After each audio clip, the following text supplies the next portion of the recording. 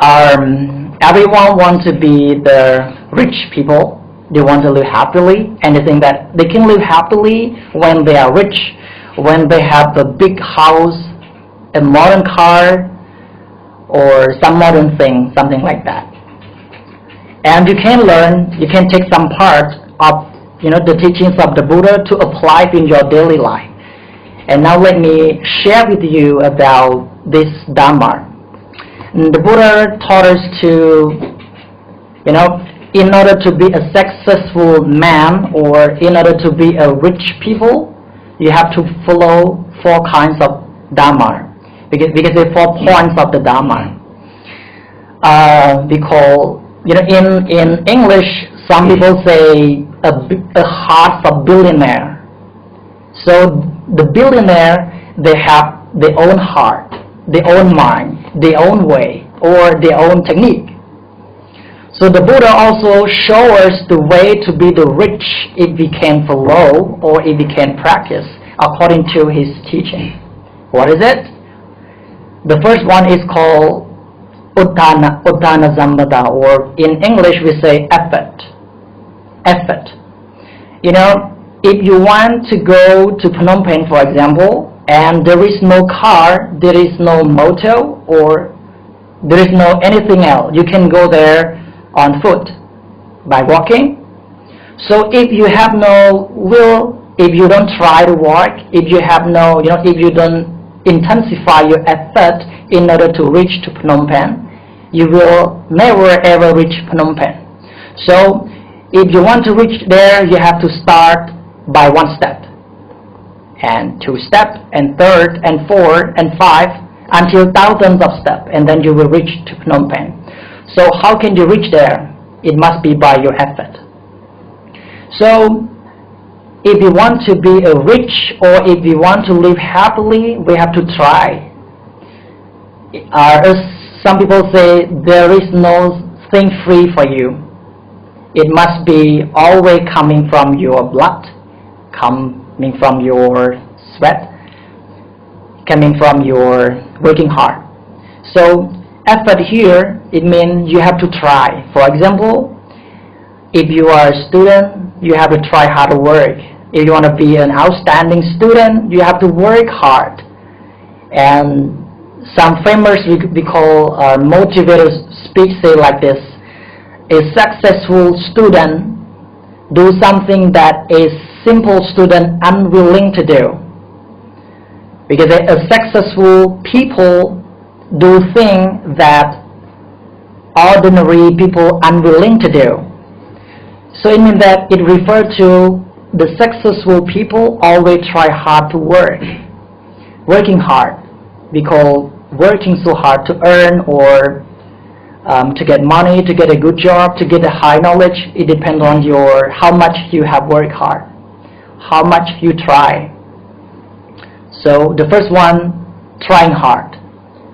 If you talk about Dhamma or doing some good deed, you must try to keep yourself from doing bad things. Try hard, because we are born in this world with ignorance. We still have some bad point in our mind. So we must try to prevent ourselves from doing bad things. To be a good or an outstanding student, try to prevent your laziness. Also try. There are many things we can use the word try. And the second is that Araka Sambhada, means keep. The word keep is very meaningful, and there are many ways to use the word keep. For example, keep trying, or keep what we already have. If we talk about economic system, after we have earned money, we have to keep it. Do not waste it. For example, some people, for example, now they are very passionate with iPhone, Apple. Some people they buy. Right now this is iPhone 6 Plus, and they are waiting for iPhone 7 right now. So they cannot use it. Actually, all the phone we can call, we can use, But because of our desire, and some people, they are very poor, they try to work so hard. They are, we can say, a construction worker. They work 1 week, 2 weeks, 1 month, 2 months, 1 year or 2 years, and then when they save enough money, they try to work so hard. After getting enough money for $1,000, they are waiting for buy iPhone 7. And they want to give up the old phone. So this is the kind of wasting the money, and in their whole life they will never become the rich because they do not follow the teachings of the Buddha. Yeah, they try to work hard. I agree with that. But after that, the second one you have to keep. You have to don't waste the thing that you have. This is talking about the way to use. If you refer to the life, husband or wife, when they get married, after they try hard to love each other, because before they get married they have to go through many difficult things. But after getting married, they want to change, like they want to change the phone. They want to get something new. They want to find a new partner. So they don't want to keep, husband. They don't want to be honest to each other. They want to change. That is why in one family they cannot live happily, because they want to change. They don't want to keep what they have already tried so hard. Before they get married, they have passed through many difficult or obstacles, but they don't remember it because they don't value. They don't value what they already tried. They don't keep it. So talking about family, we have to keep our family peacefully, happily. So how can we live it? Even though we are not so rich, but if we pay attention on keeping our family in happiness or in happy way, we can do it. Just come together and have lunch or dinner together if you are so busy. But some people, they don't think about that. They go to work. Some people go to work. Some son or children, they come from school. Parents just use Facebook, something like that. A father watching football, a mother reading something, and children playing game, and they eat dinner by individual. They eat dinner individually. They don't cooperate each other. And then in their life are full of busyness. They will never try to join together to have dinner or lunch together. This is not the way to, this is the way that you do not keep the family in a happy way. So coming back to the second one, you have to keep what you have. The Buddha said to be enough with what you have is the real happiness. The Dalai Lama say life is very simple. Life is very simple. But people make life very frustrated. People make life very complicated. But in reality, life of being is very simple. So, coming back to the second one, you have to keep what you have. Trying to use what you have in a useful way. Don't waste what you already learned. If we talk about studying, if we have already tried to learn so hard, the second one, we have to keep what we already have learned. We call review. And because time is so short, I want to go to the third one. We call Kalayana Mittata, means to communicate with a good friend. Making or communicating with a good friend is very important in our daily life.